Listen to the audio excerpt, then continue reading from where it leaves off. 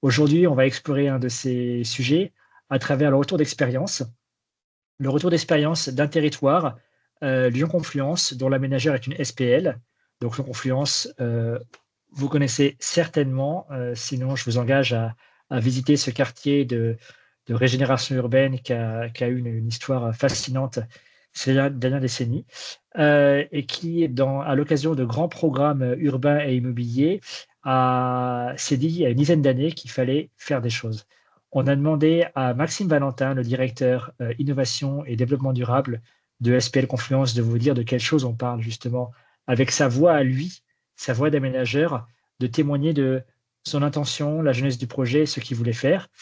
Ensuite, on laissera la parole à ceux qui ont fait les choses, la maîtrise d'œuvre numérique du projet, avant d'avoir un mot de conclusion de Gwenaëlle, qui a à la fois travaillé sur le sujet et qui préside la commission de la SBA sur l'aménagement numérique.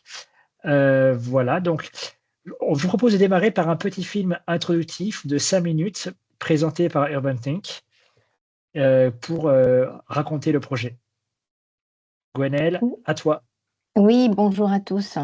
Je vais donc partager mon écran à mon tour et vous introduire ce retour d'expérience, parce que ce qui est important, c'est voilà, de partager que le chemin est toujours en route. Voilà, la situation que nous avons abordée il y a de ça quelques mois, puisqu'on a démarré il y a un an, est donc un an plus tard, voilà, au résultat auquel on arrive. Donc, je partage mon écran tout de suite et je vous ferai quelques petits appuis vocaux sur le...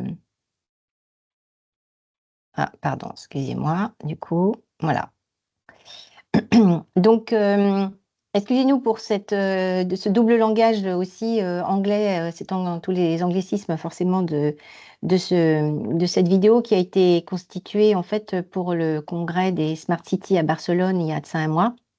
Et donc, c'est sur ce support qu'on va communiquer cet après-midi avec vous.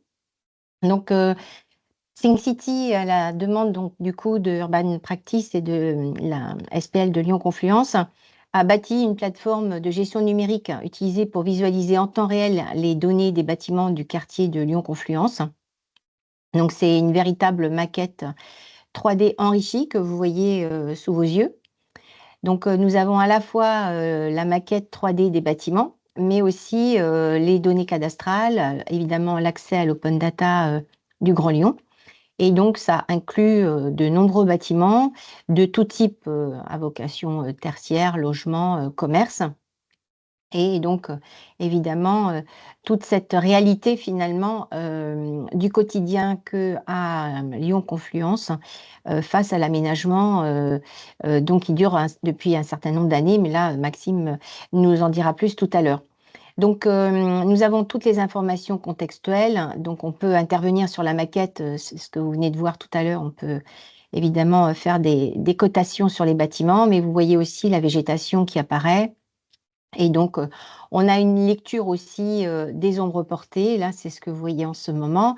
Et on peut, entre guillemets, simuler aussi du coup, un gisement ou une capacité à capter l'énergie solaire, puisque c'est aussi l'objectif de ce quartier qui a une vocation à devenir quartier énergie positive. C'est voilà, de passer au niveau supra, c'est-à-dire de tendre vers cette énergie positive à l'échelle de l'ensemble des 150 hectares. Donc les outils cartographiques qu'on a déclenchés, donc évidemment sont multiples, hein. Là, vous avez un rendu visuel, mais tout ça aussi est constitué d'une quantité de couches de données importantes. Donc vous avez le chauffage urbain, les installations photovoltaïques, je viens d'en parler. Les cartes peuvent être affichées aussi sous multiples fonds, mais on peut utiliser le fonds OpenStreetMap. Là, vous voyez, il y a 123, 1 milliard 3 1 million, pardon, 1 million 3 de surface de plancher. Il y a 7500 logements.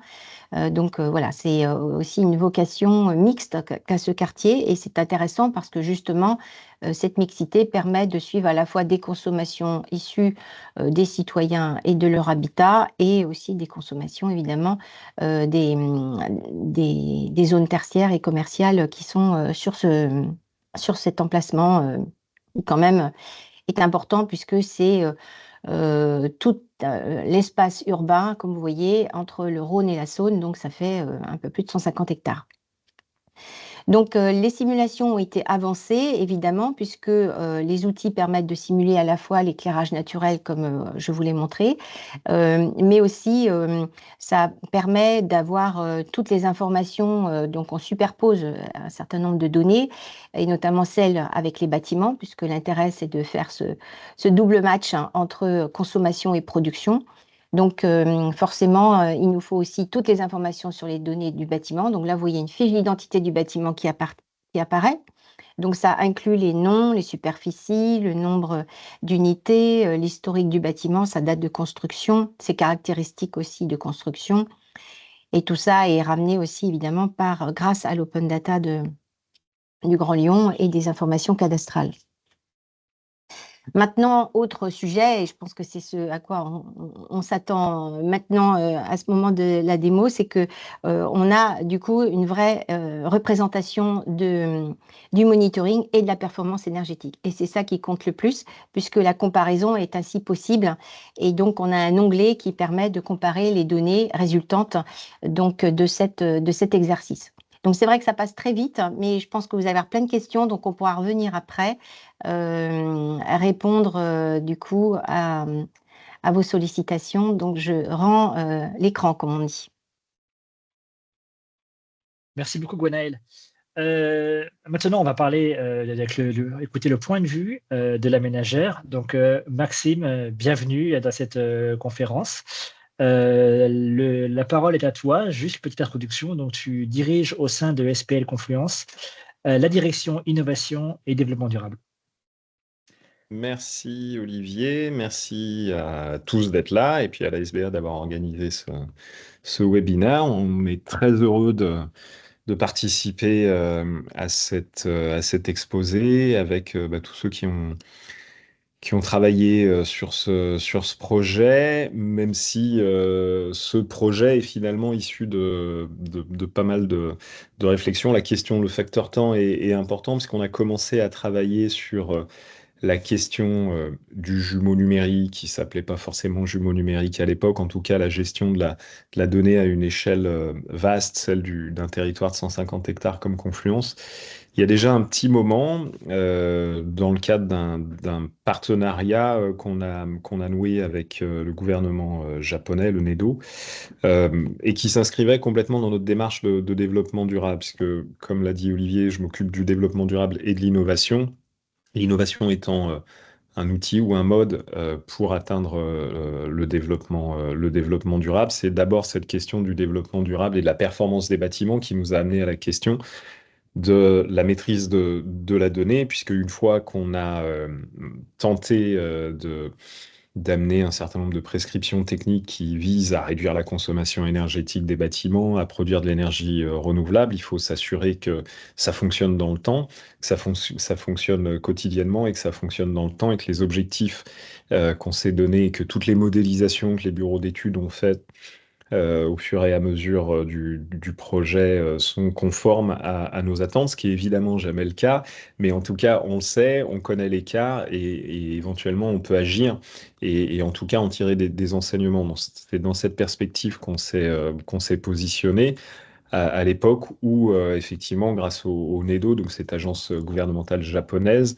nous a appuyé dans le cadre d'un partenariat pour développer des bâtiments extrêmement performants. Ils sont arrivés avec le principe de faire une smart city. Alors c'est pour ça qu'on a ressorti un peu des cartons le terme de smart city dans l'accroche de ce webinaire. Mais on était parti là-dessus et c'était vraiment une proposition finalement de l'extérieur, nous disant, ben, vous mettez beaucoup de valeur et beaucoup d'attentes dans le bâtiment, il faut avoir la capacité de suivre et de comprendre ce qui se passe à une échelle relativement vaste. Et donc, on a eu un premier modèle, une première maquette qu'on a appelé le CMS, euh, Confluence Managing System, c'était même énergie à l'époque, c'était vraiment focalisé sur l'énergie, qu'on a développé donc avec un industriel qui était Toshiba, donc c'est une très très grosse machine.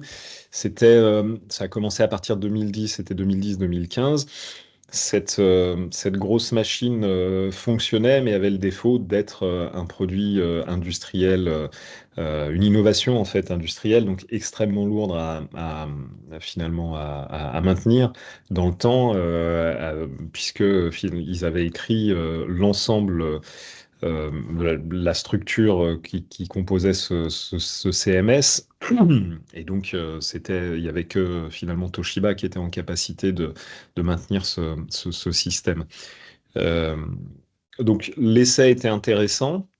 Mais finalement peu concluant dans son agilité et sa capacité à perdurer dans le temps. Mais parallèlement, comme il fallait un peu de temps pour développer ce projet, bah, la technologie a évolué aussi. Et là, c'est la métropole qui a repris le flambeau dans le cadre d'un partenariat européen qu'on avait initié.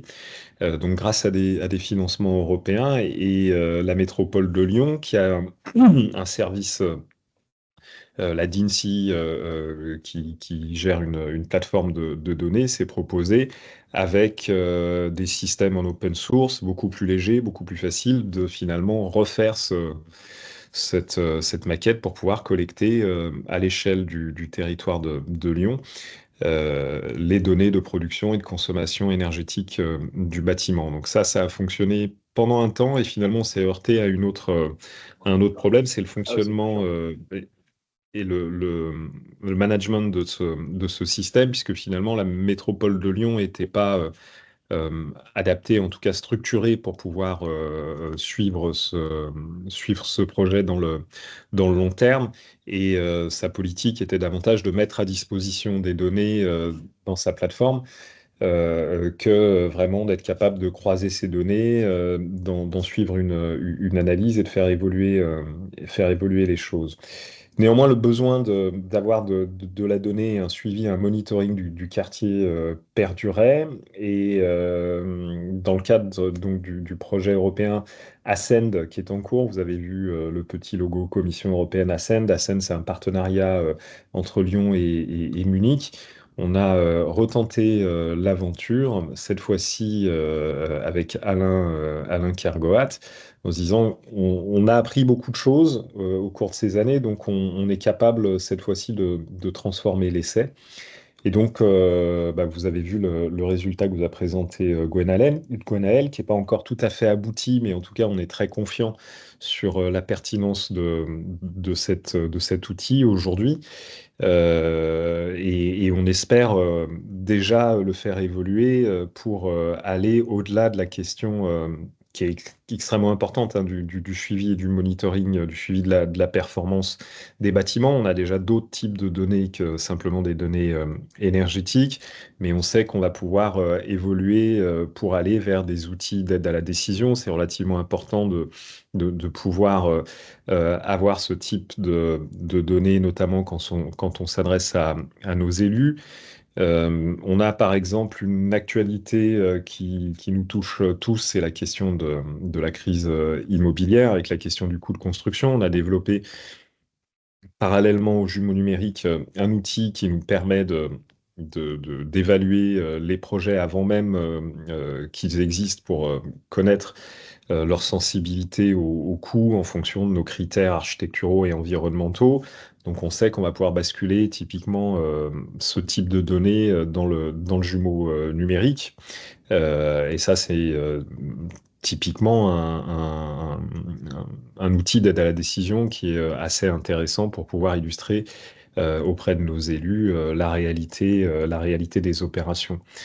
On a également en perspective la possibilité de travailler non plus uniquement sur le bâtiment, mais aussi sur les espaces publics, avec la possibilité peut-être de s'étendre sur des questions de mobilité, sur des questions de bilan carbone, de lutte contre l'îlot de chaleur urbain, etc., etc. Donc voilà, cet outil aujourd'hui, il est suffisamment solide grâce à l'expérience accumulée sur Confluence pour pouvoir faire du monitoring, s'assurer de la qualité des données, et ça, Alain reviendra dessus, je pense, longuement. Et en tant qu'aménageur, on voit plein de perspectives intéressantes qu'on va pouvoir édifier sur cette base solide. Merci beaucoup, Maxime. Aujourd'hui, si une métropole veut lancer un de ses territoires dans la démarche, à quoi est-ce qu'il faut s'attendre en matière de ressources, de moyens? Qu'est-ce que vous diriez? Alors, tu précisais la nécessité de faire ça à l'échelle d'un territoire. Je pense qu'à l'échelle d'une agglo, déjà on l'a pas fait et ça me paraît compliqué. À l'échelle d'un territoire, c'est pertinent.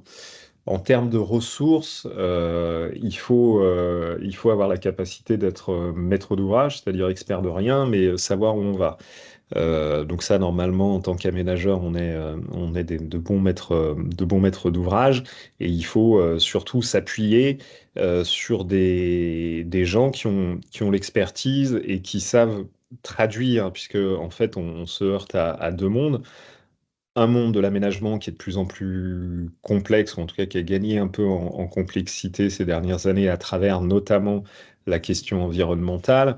Donc, avoir la capacité de bien exprimer son besoin de ce point de vue, et donc avoir un appui, un assistant à maîtrise d'ouvrage qui comprenne bien les problématiques de l'aménageur et qui sache les retranscrire auprès d'experts techniques qui, eux, vont révéler l'outil, qui vont construire l'outil pour être sûr de bien répondre à nos besoins.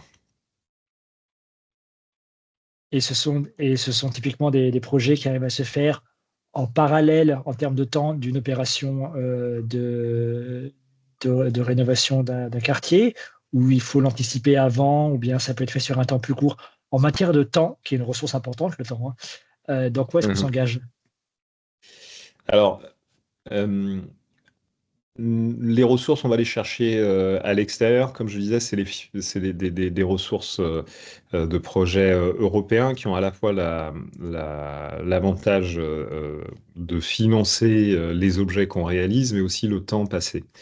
Donc moi, j'ai une équipe de 3 personnes, et j'ai un chef de projet qui suit le projet, qui doit avoir un peu moins d'un quart temps sur le sujet, à peine, et qui est financé par la Commission européenne pour son montage. Ensuite, il faut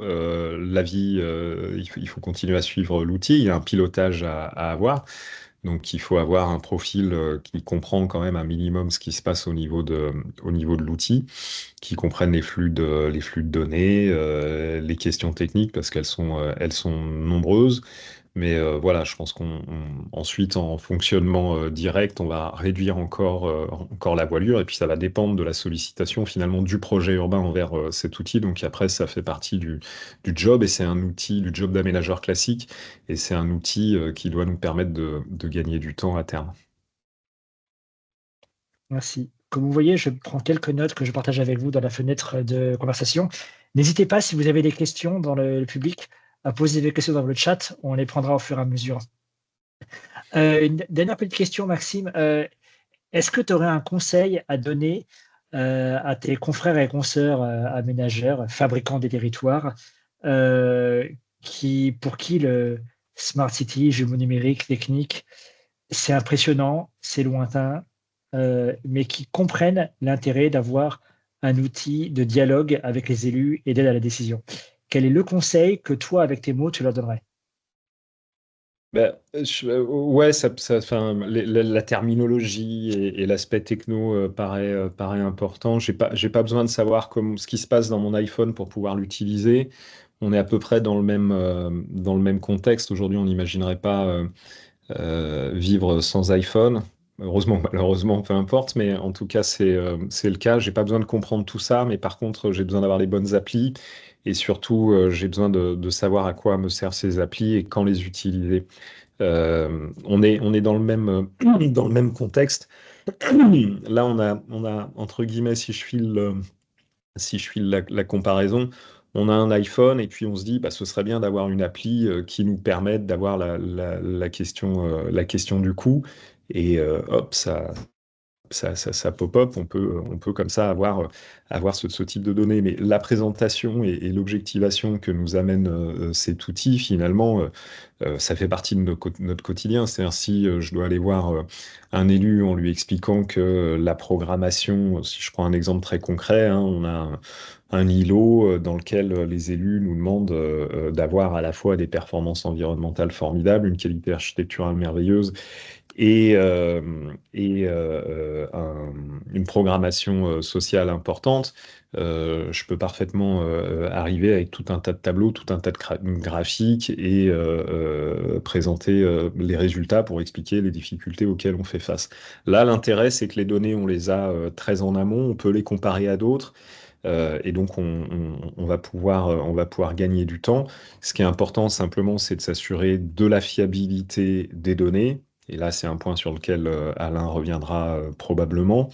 Et d'autre part, avoir suffisamment d'imagination pour qu'à chaque fois qu'on a un problème ou une explication à donner, on puisse imaginer les fonctions que l'outil nous propose. Merci, Maxime. On a une question dans l'audience. La question est la suivante. Quels sont les critères d'optimisation retenus par l'EMS? Ou est-ce qu'il fait du reporting et pas de l'optimisation? Alors, le MS et le CMS, j'imagine, c'est l'outil Oui, oui, le ou SEMS, du coup. Ouais. c'est ça? Ouais, ok.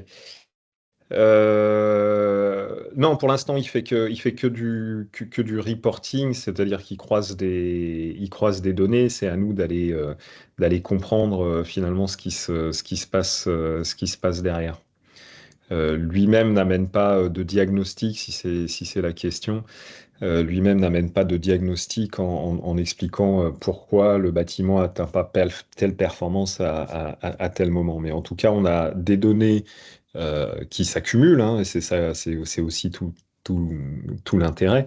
On a des données qui s'accumulent dans le temps, donc on peut voir des variations et pouvoir en tirer notre propre analyse.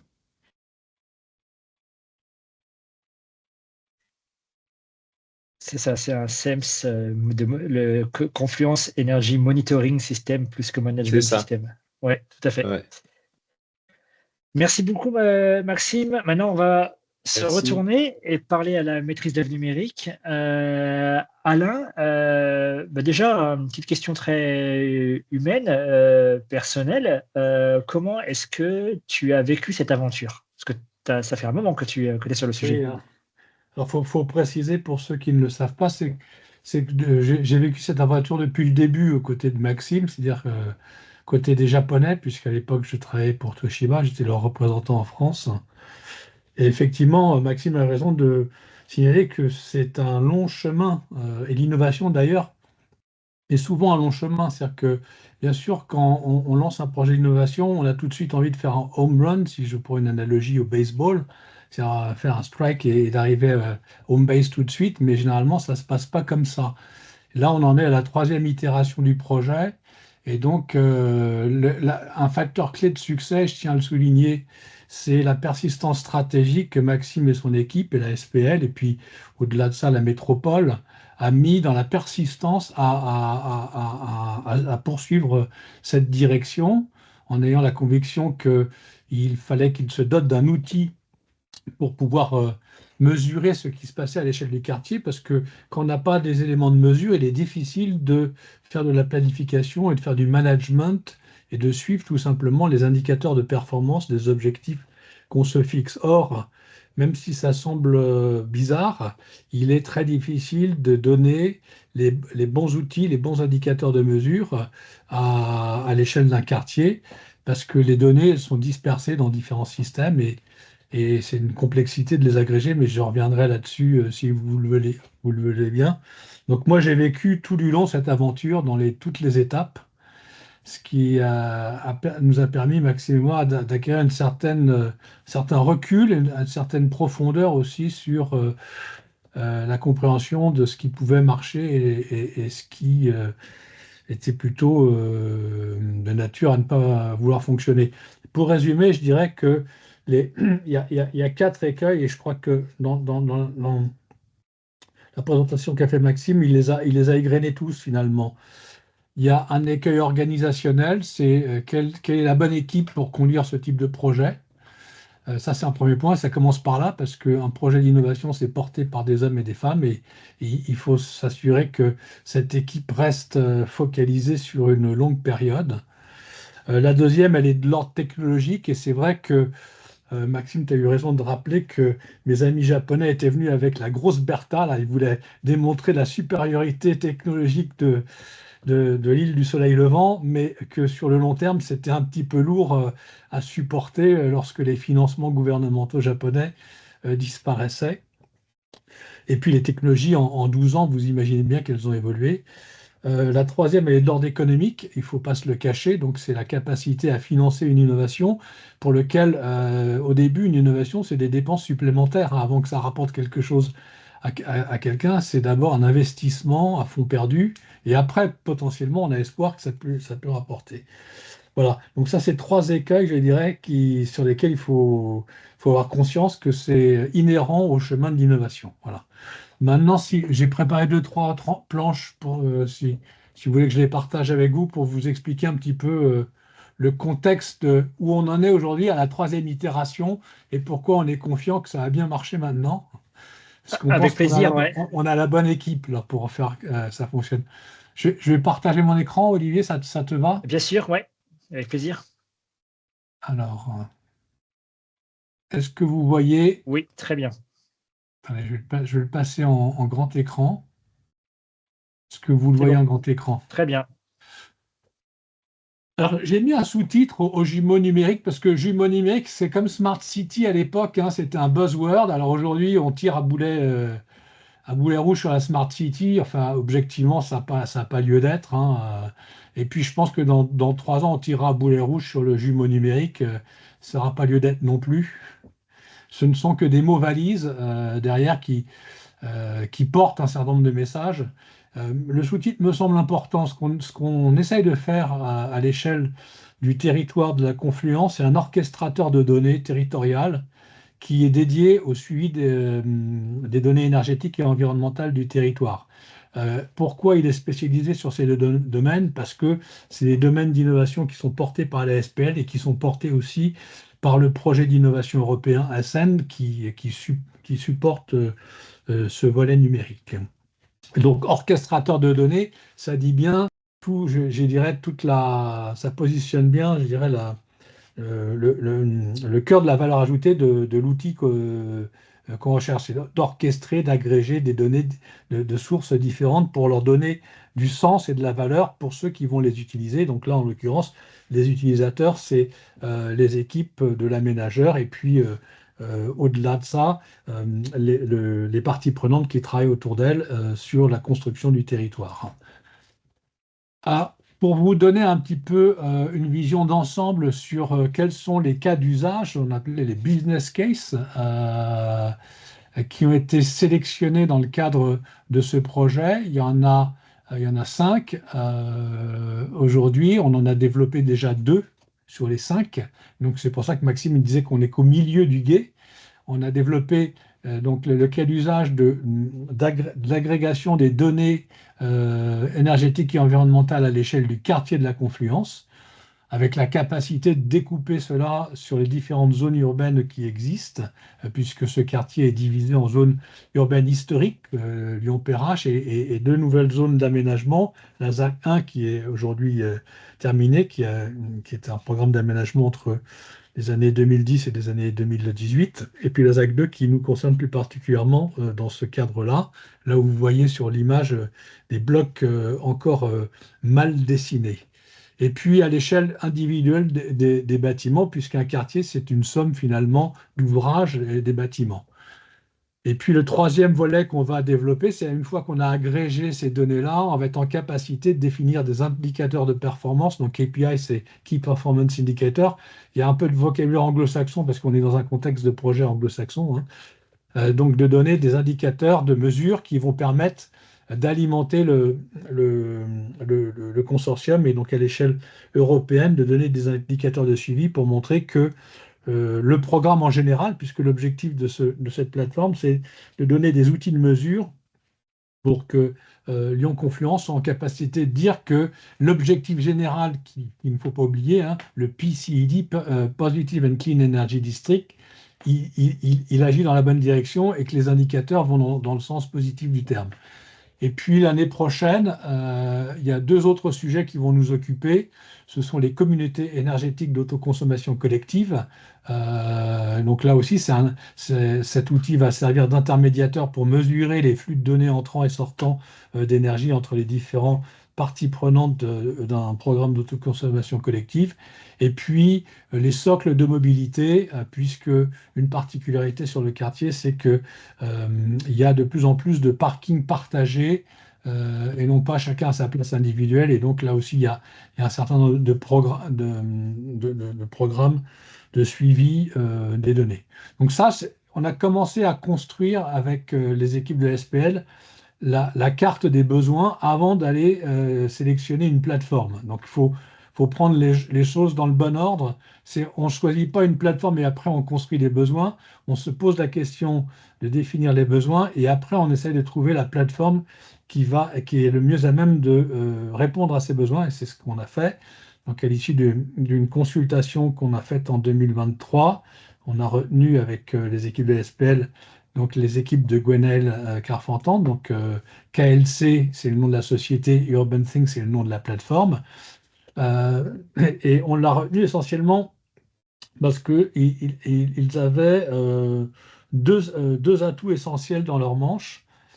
Premier atout, c'est une compréhension fine des besoins d'un aménageur, puisque Gwenaël l'a rappelé, mais son métier d'origine, c'est l'aménagement, c'est d'accompagner des aménageurs. Donc, comprenait fondamentalement les besoins qui se posaient à l'échelle du quartier, et puis s'appuyait sur un outil qui avait cette caractéristique d'avoir un socle extrêmement robuste, puisqu'on y reviendra certainement, mais il y a un socle qui se repose sur le leader de la cartographie géographique au niveau mondial, qui est la société Esri, et d'avoir développé une surcouche de gestion de données qui est en complémentarité de cette couche géographique et qui va permettre de réassembler les données selon les besoins des cas d'usage. Voilà.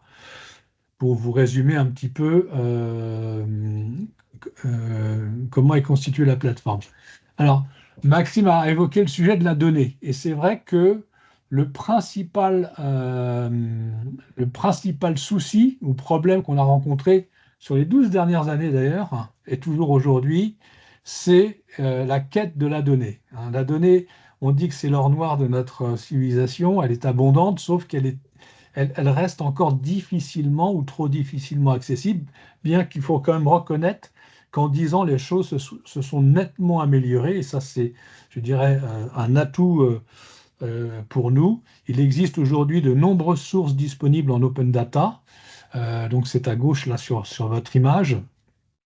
Donc une partie du job a consisté à aller rassembler, collecter, agréger, homogénéiser, requalifier un certain nombre de données provenant de sources ouvertes, diverses et variées, de jeux de données en open data. Donc là, évidemment, la plateforme du Grand Lyon, bien entendu, qui a depuis maintenant une dizaine d'années entrepris une démarche importante pour collecter des jeux de données, et notamment c'est à travers cette plateforme qu'on va récupérer les jeux de données des opérateurs publics du territoire, notamment le réseau de chaleur urbain qui est opéré par Dalkia, évidemment l'électricité qui est opérée par Enedis, et puis voilà, et puis d'autres jeux de données.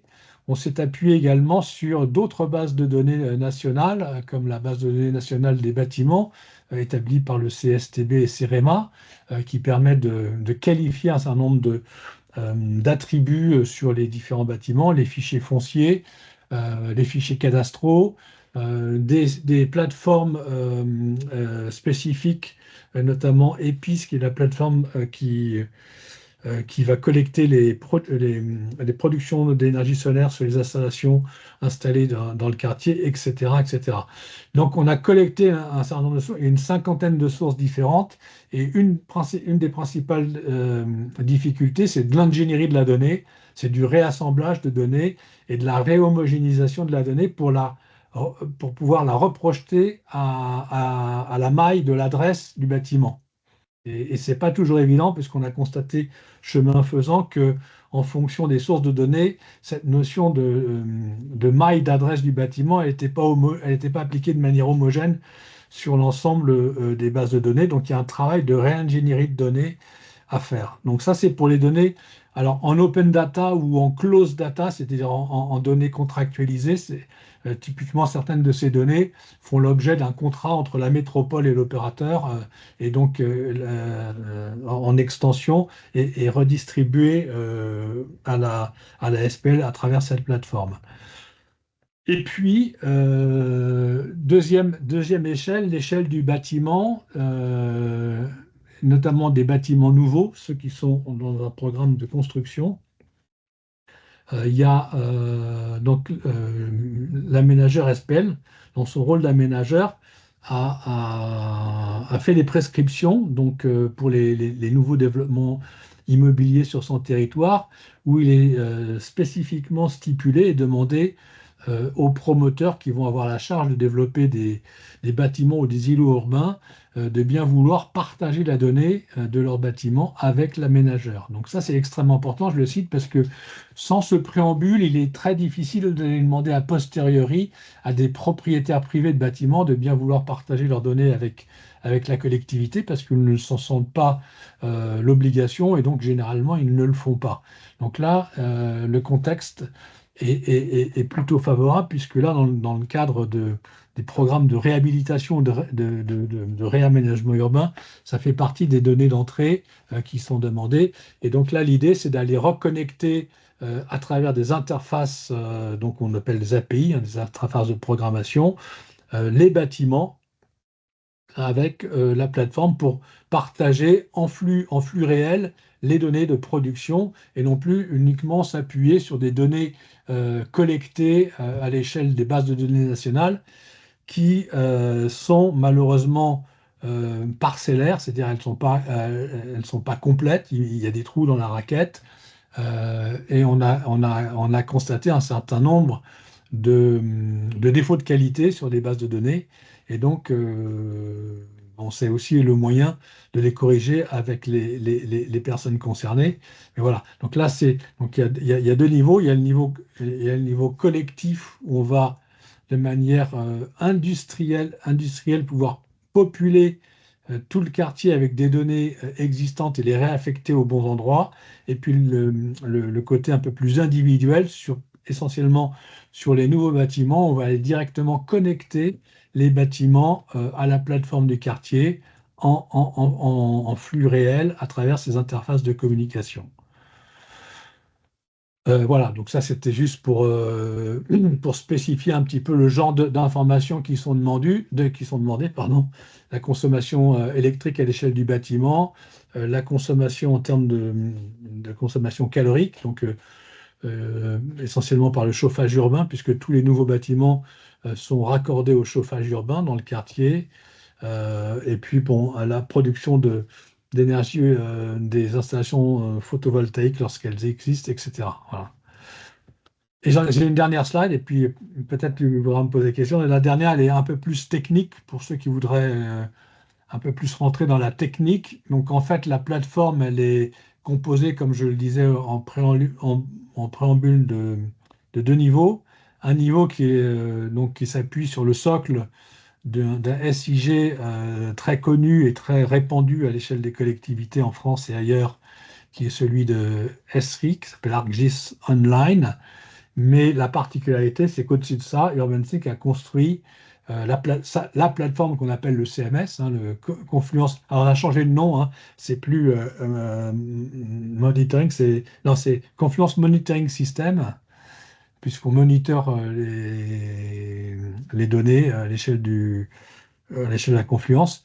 Donc, il y a une plateforme qui va collecter un ensemble de données, les réorganiser dans des data warehouse et les adapter selon les business cases dans des data marts qui vont. Donc, les data marts, c'est ce qui va servir à populer en données les différents business cases que je vous ai présentés à l'instant.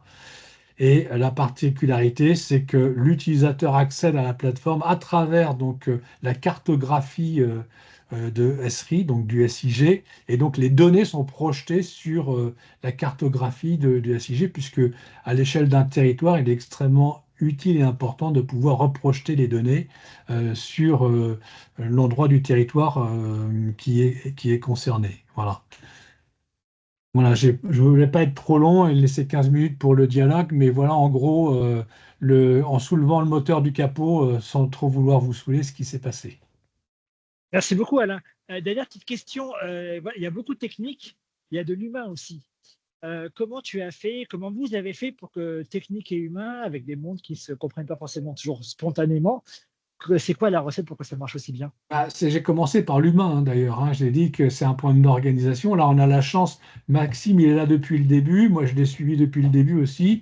Et puis, on a la chance d'avoir l'équipe de Gwenaël qui comprend parfaitement le problème, parce que ça fait 30 ans que. Désolé de dire que ça fait 30 ans que tu fais ça, Gwenaël, mais c'est vrai. Ça fait 30 ans que tu es confronté au problème des aménageurs. Donc, on a des gens qui sont des gens opérationnels de terrain. On comprend le sujet. Et puis. Donc Gwenaël, ça fait 10 ans qu'avec son équipe, elle a réfléchi aux outils digitaux dont les aménageurs pourraient avoir besoin. Moi aussi, ça fait une dizaine d'années que je suis sur le sujet. Donc voilà. Si ça marche, c'est qu'il y a la bonne équipe là. Enfin voilà, c'est pas tellement l'outil. J'ai terminé par l'outil parce que c'est important. Je pense que c'est le bon outil, c'est la bonne configuration. Et je pense qu'on préfigure un petit peu ce qu'en Europe on appelle les data space. C'est cette capacité à agréger, orchestrer et relier des univers de data qui sont nécessairement dispersés pour en redonner du sens par rapport à des cas d'usage. Donc je pense qu'on a la bonne configuration technique, mais je dirais que surtout la clé du succès, c'est d'avoir la bonne équipe. Hein. La phrase est parfaite. Gwenaël, je te propose de conclure et dans le public, si vous avez des questions, n'hésitez pas à les poser. Oui, merci Olivier, merci Alain, merci aussi Maxime pour cette mise en perspective. Alors, c'est vrai que c'est pas facile de faire une synthèse de tout ce qui a été dit. J'ai retenu quand même, du coup, je vais vous citer, messieurs, c'est vrai que le monitoring système de Confluence, hein, et j'ai bien aimé ce mot parce qu'on le rencontre pas souvent et je trouve que c'est bien adapté, c'est orchestrateur. Effectivement, ça permet d'agréger la donnée, donc ça c'est le mot technique, mais orchestrateur, je pense que tout le monde, voilà, même si on n'est pas du milieu, c'est bien compréhensible. Et c'est vrai qu'on s'aperçoit que quel que soit le public, qu'il soit maître d'ouvrage, aménageur, promoteur, puisqu'en fait, on a fait aussi une réunion, enfin des réunions avec les promoteurs. On s'est rendu compte que finalement, c'était pas leur milieu, c'était pas leur sujet au départ, et puis finalement, ils comprennent aussi l'intérêt de le faire. Donc, je pense qu'on démarre une chaîne de valeur là qui est un peu peut-être nouvelle, hein, qui n'est pas encore très répandue, mais elle devient nécessaire parce que finalement, parce qu'on travaille tous pour cette décarbonation qu'on essaie d'atteindre, c'est un peu le Graal, mais là, on est en train de mettre en place une série d'actions qui nous permettent de le rendre palpable, concret et aussi, entre guillemets, visitable tous les jours si on veut, puisqu'on est quand même sur de la donnée temps réel. Sur Lyon, là, on a 25 millions de données. C'est énorme, 25 millions de données, on a une historisation de 4 ans, donc c'est hyper puissant. C'est ça aussi qu'il faut avoir en tête, hein, c'est que on peut démarrer par un petit projet et puis finalement se dire, bon, bah, on va laisser le temps aussi et on va permettre aux gens de digérer. Moi, ce que je pense aussi côté humain, qui a été dit aussi, c'est que c'est très inclusif. Hein. Ça ne s'adresse pas simplement qu'à des hyper tech ou des geeks, hein, comme on dit. C'est du 7 à 77 ans, comme on dit, mais bon, allez, on va faire 23 à 64 ou 66, je ne sais pas. Bref, tout ça pour dire que c'est hyper inclusif, hyper intuitif et qu'il n'y a pas besoin d'être super calé à l'avance pour comprendre et puis surtout l'utiliser.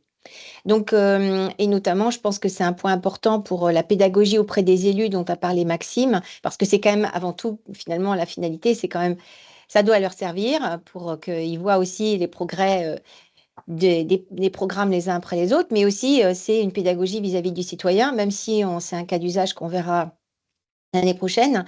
C'est aussi finalement le client du client du client, hein. On a le promoteur, vous voyez, l'aménageur, le promoteur, mais aussi finalement ce citoyen qui achète, qui vit et qui parcourt les espaces. Donc c'est quand même important pour nous, en tout cas, nous, notre compréhension de ce métier. Et ça, c'est effectivement peut-être la petite touche. On s'en rend même plus compte parce que ça, comme on dit, ça nous habite. Mais c'est aussi notre vocation, c'est nous, chez Urban Think, c'est d'être vraiment dans cette logique de compréhension du problème final et de décortiquer, en fait, pas à pas, pour pouvoir faire un retour d'information hyper fiabilisé, mais hyper pédagogique, pour emmener tout le monde dans ce mouvement de la décarbonation et pas simplement en considérant que c'est un vœu pieux ou du greenwashing, mais en l'incarnant. Et je pense que c'était aussi ce qu'avait imaginé, même s'il est feu maire, Gérard Collomb, puisque c'était lui qui avait imaginé ce projet avec les Japonais dont vous avez parlé, Alain et Maxime. Et donc, c'est vrai que on est dans le prolongement de ça, en fait. Donc, voilà, nous, on est un facilitateur. On a un petit peu de parler à papa quand même, parce qu'on a un savoir-faire avec l'équipe. Et c'est ce qui fait aussi notre différenciation. Mais c'est fondamentalement dans nos gènes, en fait, de rendre cette data visible, hein, de rendre visible l'invisible, hein, c'est ça que je dis souvent, et que c'est une data qui décarbone vraiment, et que c'est pas simplement un feu follet, mais que on est près du but de parier sérieusement d'une décarbonation assumée. Voilà. Merci en tout cas. Voilà. Donc, on est près du but. On est aussi près de la fin de la réunion.